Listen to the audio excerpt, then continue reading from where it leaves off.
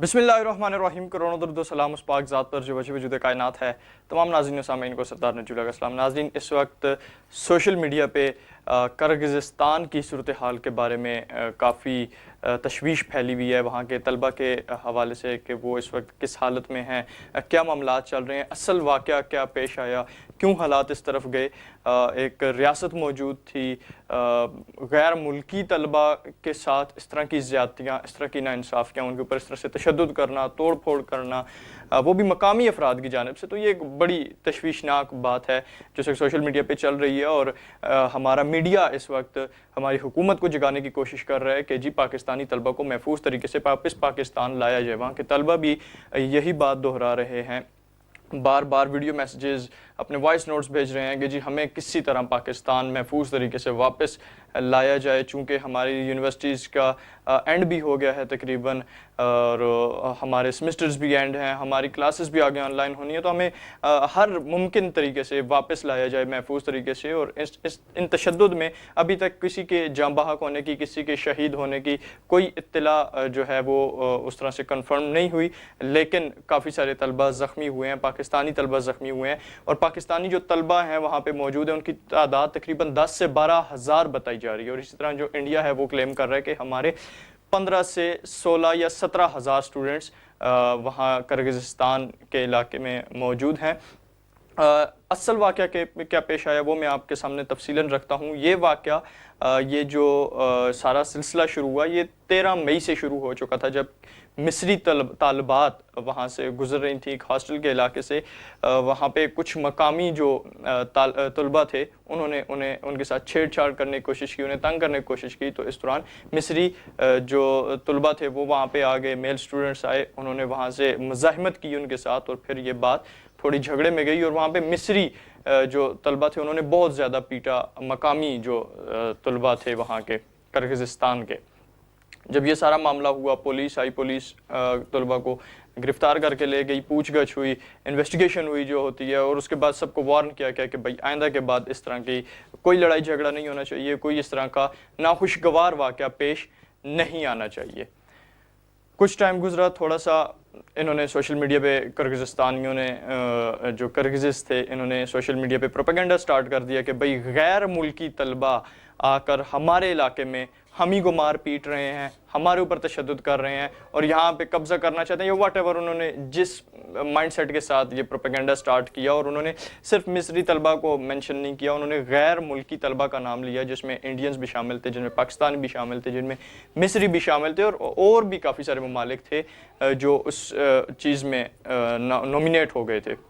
इन्होंने कुछ प्रोपेगेंडा चलाया सोशल मीडिया पे, वहाँ पे नौजवान जमा हो गए और फिर आस्ता आस्ता से एहतजाज की कॉल शुरू की और एहतजाज करना शुरू कर दिया, रोड्स बंद किए। और पुलिस ने स्टार्टिंग में इस मामले को बहुत लाइट लिया और हार्शली इसे किसी तरह से रोकने की या मुज़ाहमत करने की पुलिस ने उस टाइम, मकामी पुलिस ने कोशिश नहीं की।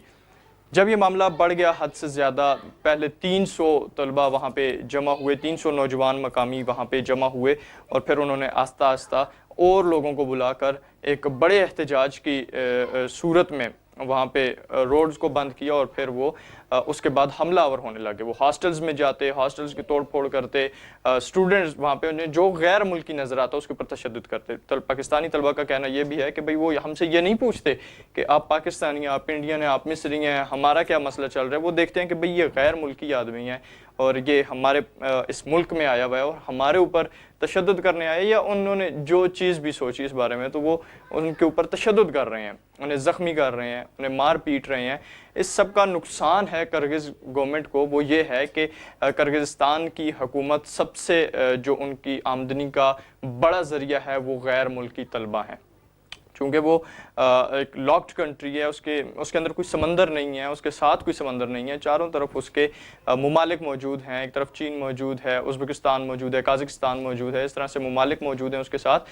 तो वो किसी समंदर उसके साथ, किसी हदूद के साथ टच नहीं है। फिर उसके बाद उनकी कोई वो बहुत अमीर मुल्क भी नहीं है। और पाकिस्तानी तलबा भी, ये जो दूसरे तीसरे हैं, ये तलबा भी कोई इतने अमीर लोग नहीं होते, ये स्कॉलरशिप्स पे जाते हैं, یا اگر اتنے ہی امیر ہوں تو پاکستان کے اندر اچھا ایجوکیشن سسٹم موجود ہے. پاکستان میں جو پرائیویٹ میڈیکل کالجز ہیں وہاں پہ یہ داخلہ لے سکتے ہیں, لیکن وہاں پہ اگر سستی تعلیم ملتی ہے تو ہمارے طلبہ یہی کوشش کرتے ہیں کہ جی اگر وہاں پہ سستی تعلیم ملتی ہے تو خیر ہے, ہم گھر والوں سے تھوڑا دور رہ لیں گے, ہم تھوڑی سی سختی برداشت کر لیں گے, لیکن یہ ہے کہ ہم بعد وہاں پہ جا کے پڑھیں گے. اور کرغزستان حکومت کو اس کا بینیفٹ یہ بھی ہے کہ بعد میں ان کا نام بھی پوری دنیا میں مشہور ہو رہا ہے کہ وہاں سے اگر ہمارا کوئی لڑکا یا کوئی لڑکی ڈاکٹر بن کے آتے ہیں تو وہ یہ کہتے ہیں کہ جی ہم کرغزستان سے پڑھ کے آئے ہیں. تو کرغزستان کے اور بھی کافی سارے جو ایکسپنسز ہیں یا جو عام لوگ ہیں ان کے کاروبار جو ہے وہ ان طلباء کے ساتھ منسلک ہے. مثال کے طور پہ کوئی ہاسٹلس ہیں جس بندے کے وہ رینٹ کی صورت میں اسے بینیفٹ ہو رہا ہے, فوڈ والوں کو بینیفٹ ہو رہا ہے. مطلب طلباء کے ساتھ ساتھ جتنے پیشے منسلک ہیں, کاروباری پیشے جو منسلک ہیں, تو انہیں بڑا فائدہ تھا. لیکن ابھی کرغزستان گورنمنٹ کو یہ احساس ہو جائے گا کہ انہوں نے اپنے پیٹ پہ لات ماری ہے, انہوں نے خود کو نقصان پہنچایا ہے, اپنی ساکھ کو نقصان پہنچایا ہے, اپنی شناخت کو نقصان پہنچایا ہے. کیونکہ ہر گورنمنٹ, ہر ریاست اس وقت ایکٹیو ہو چکی ہے, وہ اپنے جو اسٹوڈنٹس ہیں انہیں واپس لانے کی ہر ممکن کوشش کر رہی ہے کہ کسی طرح سے ہمارے طلبہ, اگر انڈیا اپنے 12 سے 15 ہزار بچے واپس بلا لیتے, پاکستان 10 سے 12 ہزار, تو انہیں بہت بڑا ایک لاس ہونے جا رہا ہے, بہت بڑا نقصان ہوگا کرغز گورنمنٹ کو. لیکن انہیں تھوڑا احساس ہونا چاہیے, ان مقامی افراد کو نقصان ہونا چاہیے کہ طلبہ جہاں پہ ہوتے ہیں, جہاں پہ اسٹوڈنٹس ہوتے ہیں, جہاں پہ چھوٹے چھوٹے یہ چیزیں ہوتی ہیں, وہاں پہ مسائل بنتے ہیں اور مسائل کو حل کیا جاتا ہے. جہاں پہ اقلیتیں ہوتی ہیں وہاں پہ آرگنائزیشنز بھی بنتی ہیں, اپنے حقوق کے تحفظ کے لیے لڑنا بھی پڑتا ہے, اپنے حقوق کے تحفظ کے لیے جدوجہد کرنی پڑتی ہے. تو یہ ہر غیر ملکی اسٹوڈنٹس جتنے بھی جن ممالک میں موجود ہوتے ہیں, ان کی آرگنائزیشنز بنی ہوئی ہوتی ہیں تاکہ ان کے جو چھوٹے چھوٹے مسائل ہوتے ہیں یہ اپنی سطح پر انہیں خود حل کر لیتے ہیں.